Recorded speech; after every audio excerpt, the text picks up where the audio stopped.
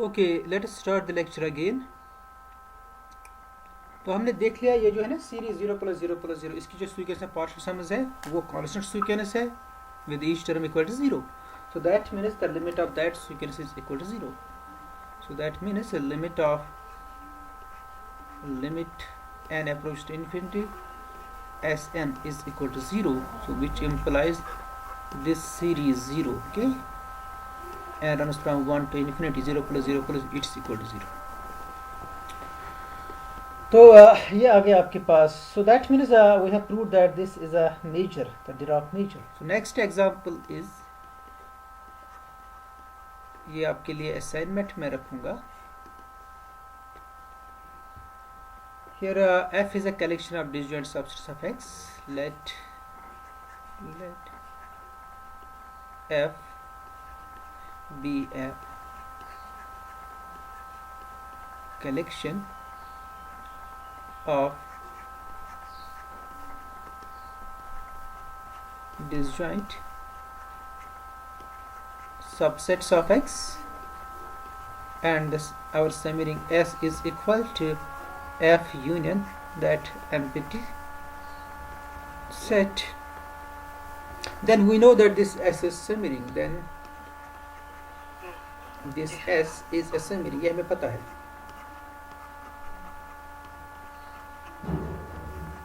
Now let's define the set function on this summing. Define. Okay, let's summary group लिखा.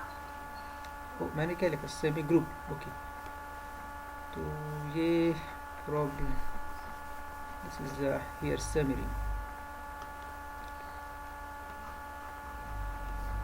Actually मेरा दूसरा course semi group है, तो वहाँ पर भी ये प्रॉब्लम होती है मुझे क्लास में. वहाँ मुझे सेमी ग्रुप लिखना होता है, मैं समिंग लिखता हूँ. Then this S is a summing. Now let's define this set function. Now for each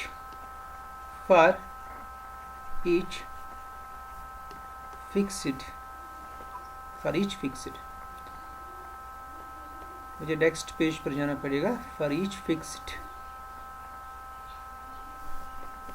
मैं जाऊँ नेक्स्ट पेज पर. For each fixed subset A which is in F, for each fixed define a real number. हम एक real number लेंगे, कोई भी real number. Define a real number m e. Okay, suppose मैं किसी सबसेट के लिए रियल नंबर 2 चूज करूँगा, दूसरे सबसेट के लिए मैं रियल नंबर 3 चूज करूँगा. ठीक है, मैं हर किसी सबसेट के कॉरस्पॉन्डिंग एक रियल नंबर होगा. आपको बात समझ आ रही है? मतलब यहाँ पर डिपेंडेंस कोई नहीं है. मतलब इट्स जैसे होती है ना फंक्शन, जब आप डिफाइन करते हैं एफ ऑफ एक्स इक्वल से एक्स स्क्वायर प्लस 1, तो यहाँ पर ओबियसली डिपेंड है ये इसमें, है ना, आउटपुट इस पर डिपेंड है. तो यहाँ पर ऐसी डिपेंडेंस नहीं है, आप किसी भी सेट के लिए कोई भी नंबर चूज करोगे. Okay, so it's so this is like this that you choose a real number for each subset A which is in F. Now we define a set function. Define a set function. Mu from S to 0 to infinity by mu of the empty set. हम खुद ही definition में ही लेंगे 0 के बराबर, और जो non empty set होगा, मतलब जो F में होगा, and mu of the set which is in A, we define it as MA.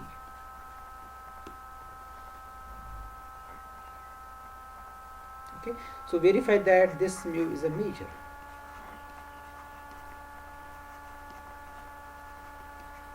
Mu is a measure. ये आप खुद करोगे, ठीक है. This mu is a measure. First property तो है ही डेफिनेशन से ही.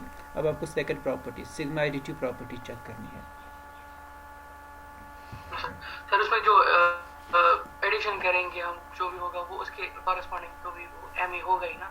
डिफरेंट हाँ होगा, मतलब है, ऐसे भी हो मतलब सकता आपका क्वेश्चन जेन्युइन है, मतलब एक हाँ साइड से एक ही सेट होगा, दूसरे साइड से सम होगा, तो वो मतलब यहाँ से भी एम ही होना चाहिए, वहाँ से भी एक ही एम ही आना चाहिए, दैट्स वो आपको देखना है कि वो कैसे है। ठीक ठीक ठीक है, मे बी जो यूनियन में सपोज वो एक ही सेट आ जाएगा, बाकी सारे एम्प्टी सेट्स आ जाएंगे, शायद ऐसा कुछ हाँ होगा, तो वहाँ पर उनका वैल्यू सबका जीरो हो जाएगा। इट्स लाइक दैट, आप इसको देख सकते हो, कैन सी। ठीक next example which is very important, हमें एक्चुअली लेंथ को जनरलाइज करना है ना, तो पहले हम लेंथ को डिफाइन करेंगे इंटरवल के लिए, इंटरवल पर हम म्यू को डिफाइन करेंगे, फिर हम उसी को एक्सटेंड करेंगे हर किसी सबसेट के लिए। That's the next example which is very important.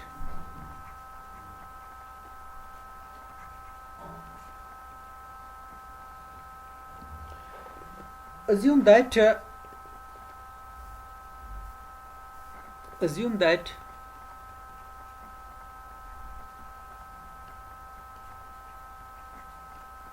assume that this f is a function from R to R,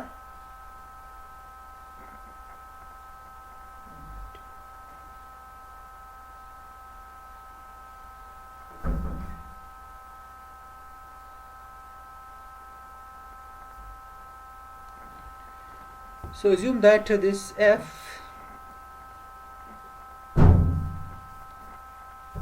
is a function from R to R is non-decreasing, means it's increasing function. Okay, non-decreasing means it's increasing. Okay, and left continuous.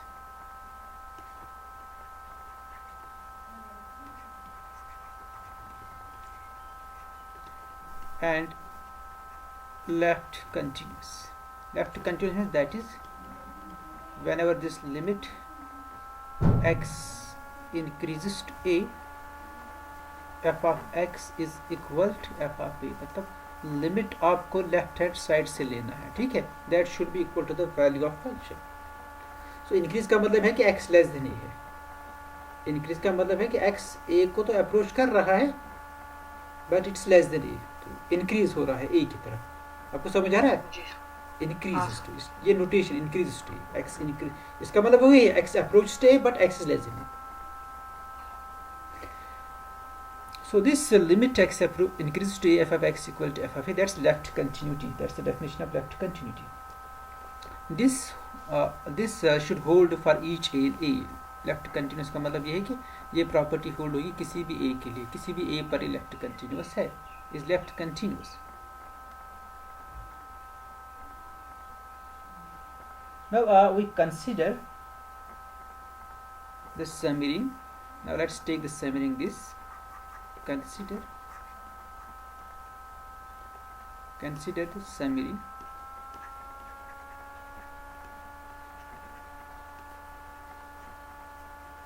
S, which is equal to the class of semi-closed intervals, such that these points A and B,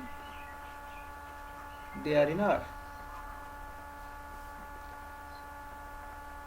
Then we know that this is a summary. Define, अब हम इस पर set function define करेंगे। Define a set function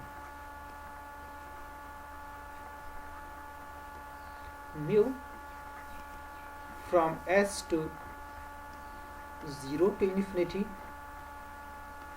by mu of the empty set equal to 0, ये हम खुद ही set करेंगे 0, and mu of non-empty set means mu of any semi-closed interval which is non-empty. Non-empty means that a is less than b. This the value of this one is f of b minus f of a. Since function is increasing, so f of b is greater or equal to f of a.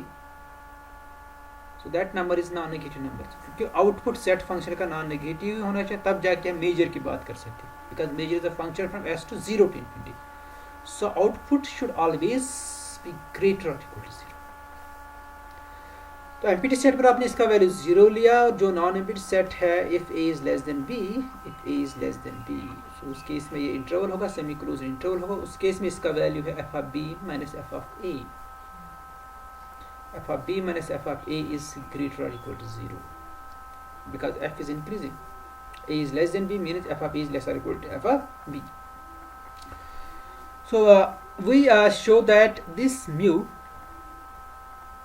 it's a measure अगर हम of, वो लिखे भी नहीं mu of pi is equal to 0, क्योंकि अगर हम लेंगे ए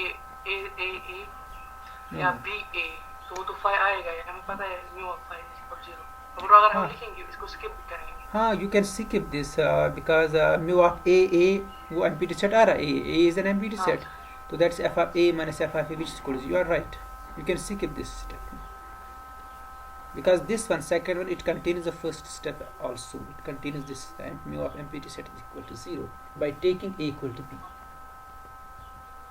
Okay, good. So we show that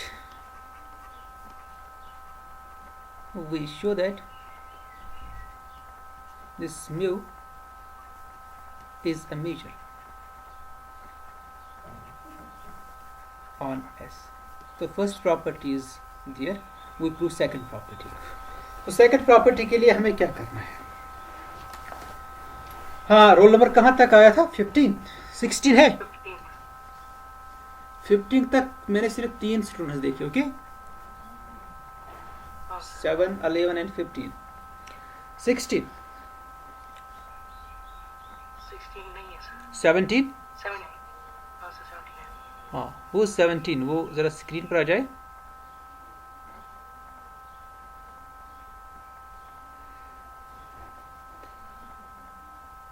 okay, हाँ 17.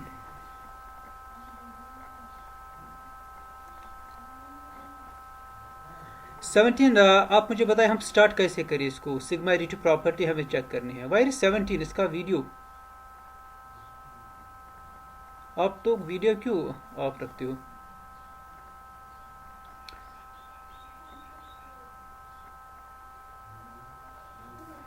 Yes, roll number 17 left. 17 left,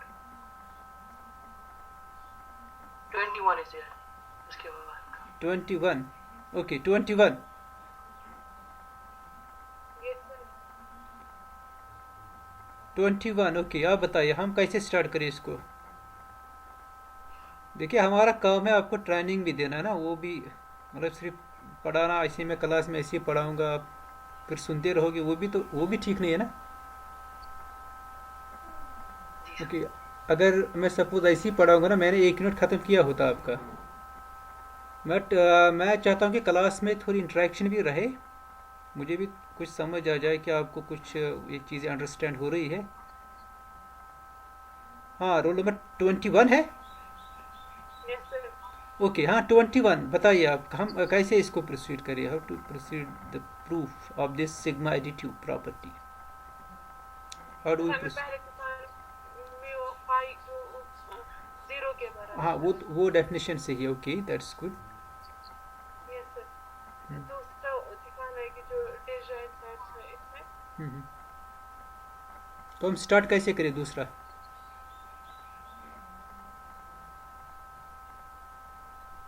हम डिसजॉइंट सीक्वेंस लेंगे, ठीक है. स्टार्ट हमें ऐसे करना है ना, तो मैं क्या लिखूंगा यहाँ पर, लेट दिस. अब क्योंकि यहाँ पर है ना सेमी क्लोज इंटरवल्स मेंबर्स, यहाँ पर सेमी क्लोज इंटरवल्स है. Okay, and runs from 1 to infinity, let this be a disjoint sequence. Okay, yes sir. be a disjoint sequence in S such that, अब यहाँ पर जरूरी नहीं है कि यूनियन इसमें होगा, इट्स नॉट नेसेसरी, क्योंकि this S is not power stuff, whole power stuff R, it's consisting of only semi closed intervals. So I have to put that condition here that this union should be in the set, in the semi ring. Okay, such that union n runs from 1 to infinity an bn. This should belong this to s. Okay, Yes, sir. so this is in s, so it's also a semi-closed interval. Yes, sir. Let's write this as let this union be equal to this semi-closed interval. Yes, sir. This is what union want. आपको बात समझ आ रही है मैं क्या कर रहा हूँ यहाँ पर? Yes, sir. ओके, अब हमें प्रूव क्या करना है? We show that Mu of union. okay, we show that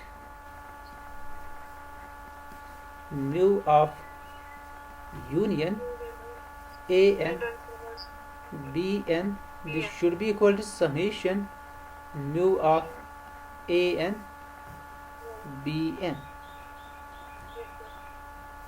Okay, that is, what's this union? Union is the interval, that is mu of the interval ab A and B.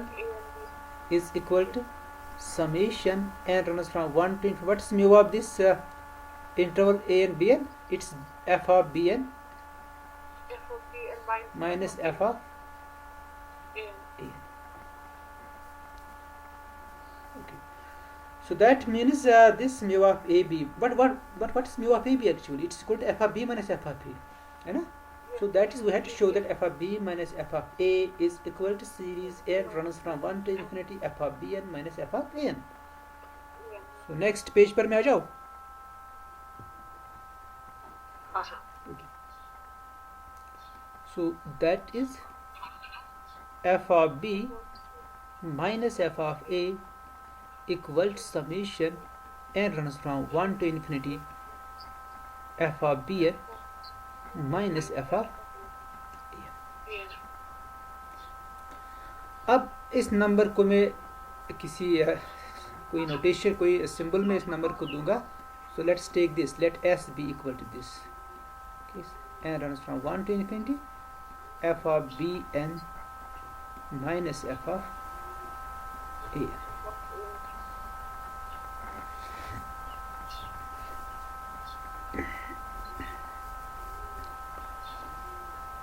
Okay, अब next roll number आ जाए, roll number 22. 23. 23. Okay, 23. Yes sir. Very 23 कहाँ है? Yes sir. आपका video on है? Yes sir. Okay, मुझे यहाँ नज़र नहीं आ रहा है. 23, 25, 35, 33.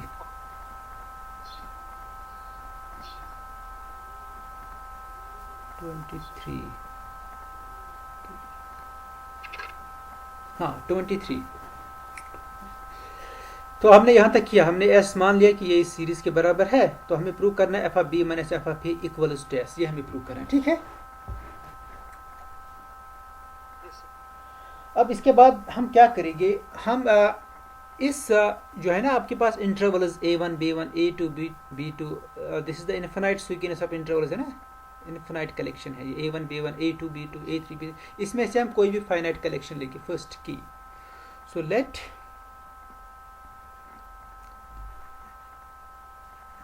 let k be any number which is greater or equal to 1.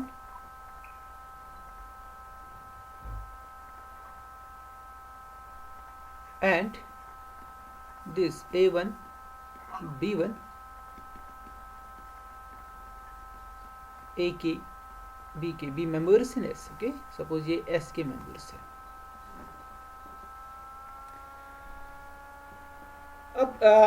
अब ये फाइनाइट कलेक्शन है ना, फाइनाइट मतलब एक इंटरवल आपके पास a1 b1 है, दूसरा है a2 b2, और आपके पास kth इंटरवल है ak bk. Is it clear? आपके पास ये इंटरवल्स है. देखिए, अब इन इंटरवल्स को मैं क्या करूंगा? I can arrange these intervals in a way that this a1 b1 will be the first interval on the real line, the next is the a2 b2, the next one will be a3 b3. A2 B2 और A3 B3 के दरमियान भी कुछ intervals होंगे, but I will keep these intervals in order. Okay, so I will rearrange these intervals. Suppose ऐसा नहीं होगा, ऐसा suppose ये ऑर्डर में नहीं होगी, suppose जो पहला इंटरवल होगा वो A3 B3 होगा, मैं उसको फर्स्ट प्लेस पे लाऊंगा और उसको मैं डिनोट करूंगा A1 B1 से. आपको समझ आ रहा है? देखिए आपके पास ये है ना, ये रियल लाइन पर सारे इंटरवल्स है. आपके पास यहाँ पर A1 B1 है, दूसरा इंटरवल है सपोज A2, वो सपोज यहाँ पर है A2 B2, डिसजॉइंट है ये. तीसरा इंटरवल है यहाँ पर suppose A3 B3, real line पर सारे इंटरवल्स है. इसके बाद फोर्थ है, फोर्थ सपोज यहाँ पर है. और ये अब ऑर्डर में नहीं, इस केस में ना, जो मैंने पहले मैंने A2 B2 लिया, फिर A1 B1, फिर A4 B4, then A3 B3, so they are not in order. अब मैं क्या करूँगा, अगर इस रैंडम होगी, ऐसे रैंडम होगी, तो then what I will do, I will replace these letters A2 B2 by A1 B. मैं इसी इंटरवल को A1 B1 नाम दूंगा, इसको मैं A2 B2 नाम दूंगा इस इंटरवल को, और next A3 B3, then A4 B4, so on. Because since we have only a finite collection, we can rearrange them. आपके पास K है ना, K इंटरवल्स आपने, हम इनको rearrange कर सकते हैं. हम ये जो है ना, इनकी जो नोटेशन है A2 B2, हम इसको रिप्लेस कर सकते हैं. हम इसको नाम देंगे A1 B1. जो नेक्स्ट इंटरवल है इसको हम नाम देंगे A2 B2, and so on and so forth. So what we do, we rearrange these intervals. Rearranging, next page.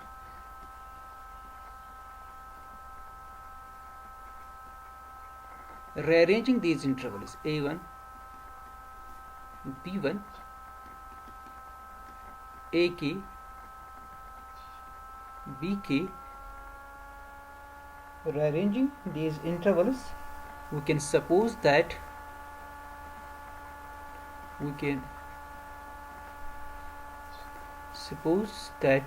obviously this A1 is less than B1. अब क्योंकि इसके बाद A2 B2 आ रहा है, so that this will be less or equal to A2, then A2 is less than B2, and this will be less or equal to A3, then A3 less than B3. Continue, it's less or equal to AK, which is less than BK.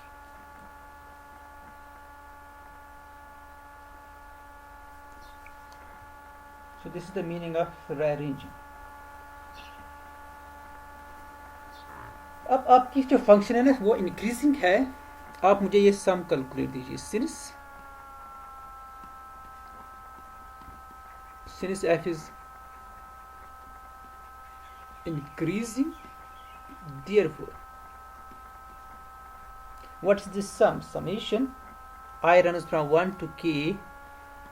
You have to just expand this sum. Okay, I runs from 1 to k f of bi minus f of ai. ये sum आप expand कीजिए. Actually it is with mod. Expand this sum.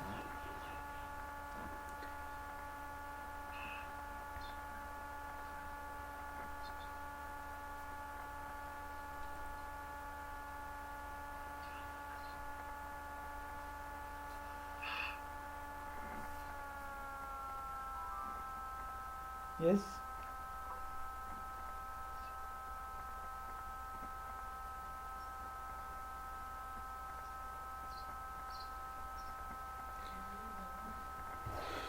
क्या इस mod को मैं remove कर सकता हूँ इस में से?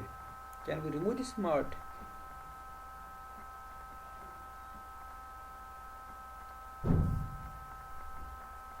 Role number 19, can we remove this mod? Mod हम कब रिमूव करें? हम कब कह सकते कि मॉड एक्स एक्स ही होगा? ये कब पॉसिबल है? जब x पॉजिटिव होगा सर. ओके, जब x पॉजिटिव होगा, या हम कह सकते हैं जब x नॉन नेगेटिव होगा. क्या होगा? यहाँ पे कर सकते हैं सर. Yes sir. यहाँ पर क्यों कर सकते हैं? क्योंकि f of b greater than f of a. Okay, because b1 is greater than a1, so f of b1 must be greater or equal to f of a1. So that means this number is actually non-negative. So we can remove the mod here. We can remove this mod.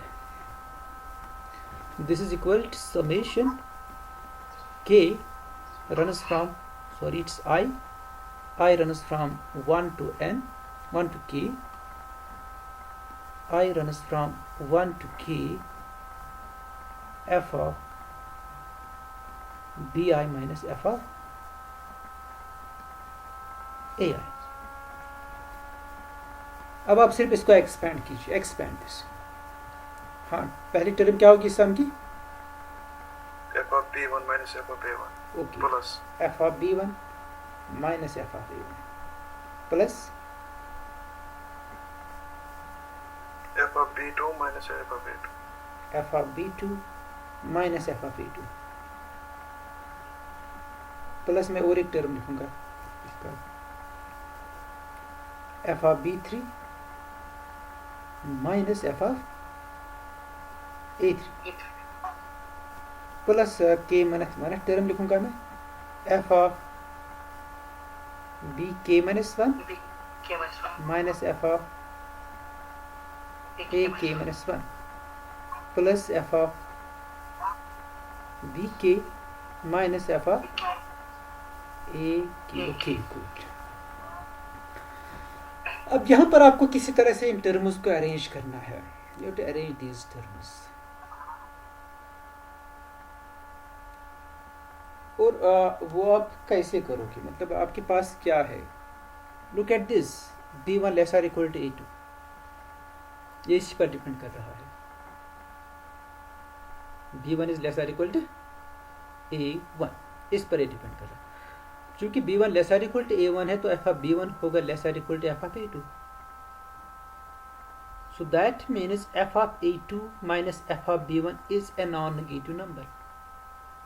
हाँ sir. Okay, अब मुझे देखना कि f of b2 minus f of a1 कहाँ पर है. This one, these two, this is f of b2 minus f of a1. Okay, and next one f of b3 minus f of a2 है ना. अब इसके बाद क्या होगा, b2 laser equal to a3 है ना. सो f of b3 minus f of a2. अब देखो मैं इस सम को आप कैसे लिखेंगे हम. This is equal to, next page पर मैं आ जाऊँ. हाँ सर. This is equal to f of b1 हम ऐसे रखेंगे, f of b1 plus I will write here f of a2 minus f of b1 plus then f of a3 minus f of b2 plus हम इसको continue करेंगे और यहाँ पर जो टर्म होगी it will be here f of ak minus f of bk minus 1. You can see this. और last जो टर्म बचेगी ना वो बचेगी f of bk only.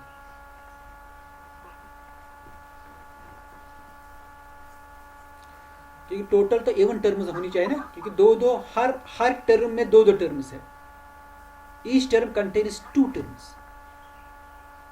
तो it means total term number of terms is even. वो है क्योंकि एफ ऑफ b1 मैंने पहले अलग लिख दिया और यहाँ पर मेरा एफ ऑफ b के अलग आ गया, बाकी तो हर दो है ना. So total number of terms is even. But this is now this one it's greater equal to 0. This thing is also greater equal to 0. Each term, each difference in this sum is greater equal to 0. Each difference in this sum is greater or equal to 0. Each difference in this sum is where is f of a 1 minute this page, f of b2 minus f of a1. okay, f of a1 यहाँ चला गया तो यहाँ पर सिर्फ f of b1 रहता है. f of b1 हमने कुछ गलत तो नहीं किया. f of b1 minus f of वहाँ a1. पे सर. हाँ, हाँ सर, हमें b2 minus a1 लिखना चाहिए था. f of b2 minus f of a1. इसलिए हमें वैसे ही f of One b3 minute. minus f of a2. okay, it's a2, f of a2 minus f of b1 actually. f of a2, sorry, f of a2 minus f of b one है ना, f of a two minus f of b one, f of a two minus f of b one, then f of a three minus f of b two. हमने शायद हमने गलत किया है, हमने इसको ठीक से नहीं लिखा, it is not like this. Next page,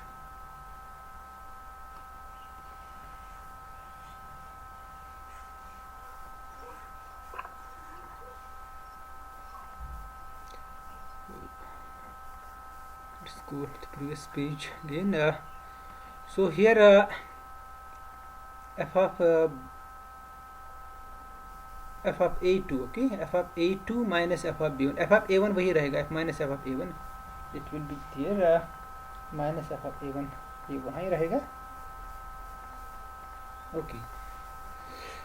So अब क्योंकि हमें f of a2 minus f of b1 लिखना ना, f of a2